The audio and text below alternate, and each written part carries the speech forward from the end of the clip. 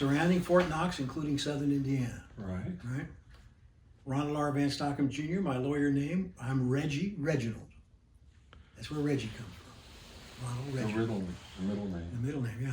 So Well, it's much more distinguished than Ron. it is my father's name too, and as you know, we like our fathers. So I have a chapter.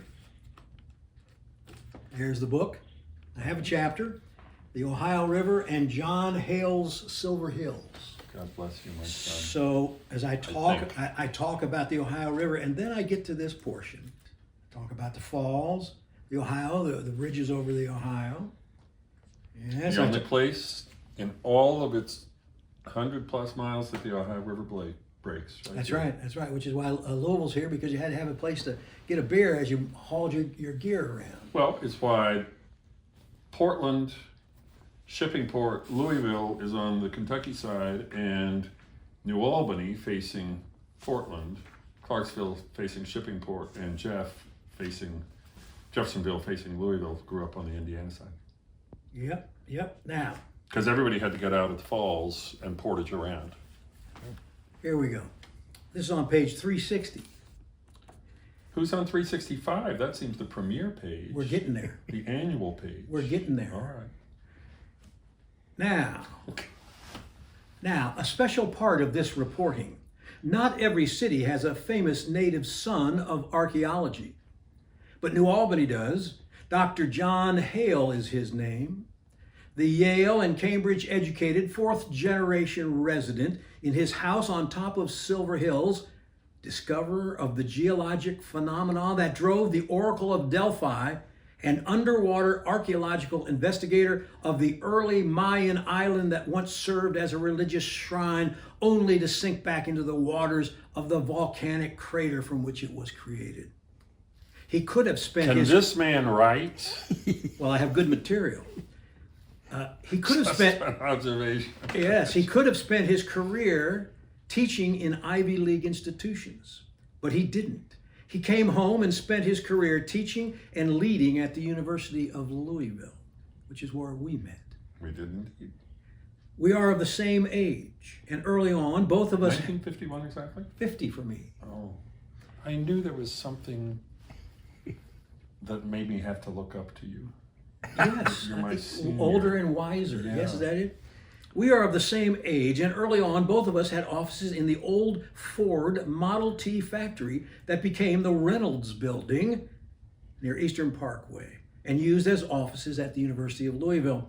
We both worked with Dr. Lois Kronholm. Yeah. Dean She was a great. Indeed, administrator and scientist. Well, and a dynamo. Indeed. And not all good administrators have that dynamo quality she had. And she's doing well in Maryland right now. We still correspond. And what's she doing in Maryland? She's retired. Oh, she is good. Retired. So we both worked with Dr. Lois Kronholm. Is she still with Stuart? Stuart has passed away. I'm afraid he might have. He was quite a bit older than she, was he? Somewhat, I think. Yeah. Yeah, what a great scientist and a great gentleman that person was. Yeah.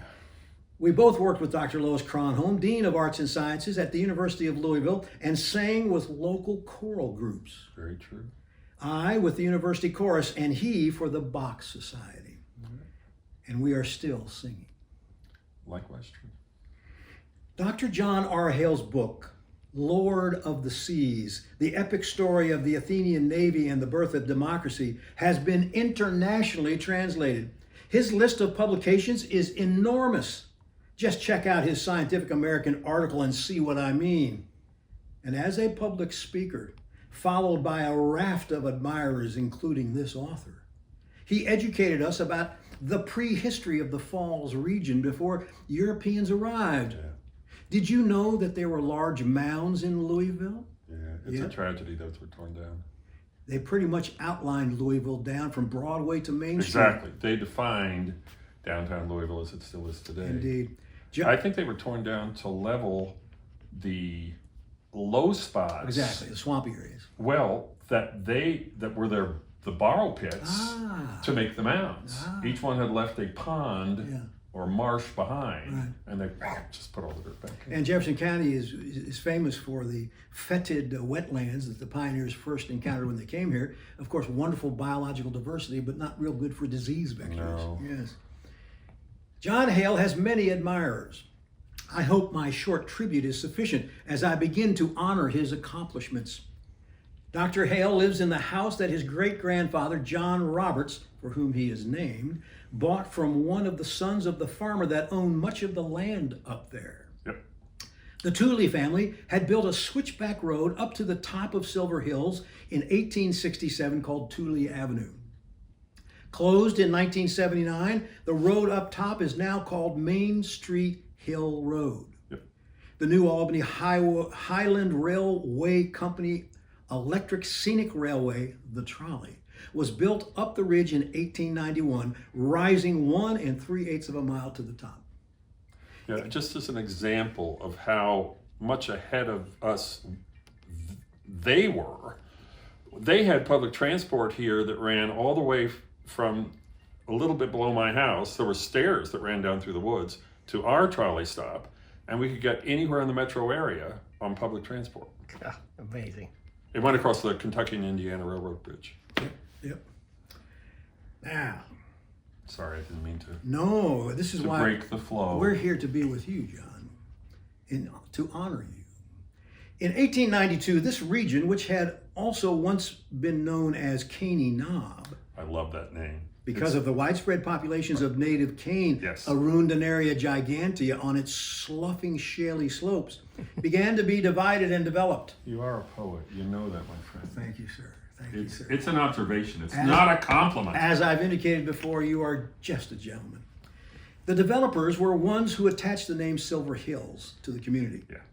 Dr. Caney Hale, Knob just doesn't sound that high end. Not enticing. reflective. Worth paying that much per acre for that they recommend. Dr. Hale's great-grandfather bought his house and began enlarging it in 1905. Yep. Steps from his house led directly down to the trolley that took him to his veneer company, Roberts and Strack. Yep. Just Roberts then, but they had to buy. There was in the Depression, cash was hard for all the businesses, and the Stracks were a family of wealth, just looking to, find an investment, as it were.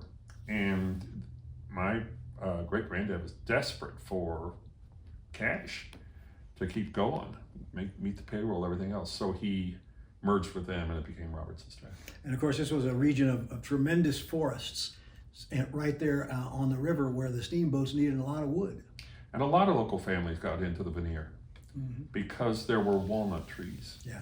And that walnut trees grow, I've still got one in the yard, they can grow up to 30 feet to the first branch. And that's what gives you the good veneer, is the seamless flow of the rings, rather than all these things for the branches to come out. Yep. Although very young, Dr. Hale well remembers two things about his great-grandfather. That I do. The first ties into the early history described in this book. For his great-grandfather was taken to see Lincoln in his casket in Indianapolis when the funeral train was taking his body back to Illinois for burial. I think I'm one of the few people of my generation, that sat on the knee of a man who saw Abraham Lincoln. Right. 2 degrees of separation. Yeah. A second memory became important in Dr. Hale's motivation. For in reconstructing his home on top of the Silver Hills, John Roberts had dug up a granite 3/4 groove axe head. These were important industrial tools for early North American societies. Revolutionary, really. When Dr. Hale was 3 years old, his great-grandfather took out the old axe head and pressed it into the palm of the young boy, who would soon enough become a world-renowned archaeologist. And he did that on this couch, sitting where you're sitting now. It was the couch. How fabulous is that? Well, I'm lucky. So many Americans don't really know the older generations of their maybe grandparents, but not great-grandparents and so on. I feel very lucky. Right, and I'm with you, and what a blessing. Dr. Hale told me recently that his career of scientific inquiry began with that prescient gift from the old man who had lived long enough to have seen Abraham Lincoln. In his casket. But he saw it. A place they could open it, because the body had started to Wow. They'd hoped to get it to Illinois and let the home folks see it before he was buried, but they couldn't because it was. But we're not yet finished. There's more of these silver hills to be visited. And that is my tribute to my friend, Dr. John Hale. God bless you, my son. And you, sir. Excellent.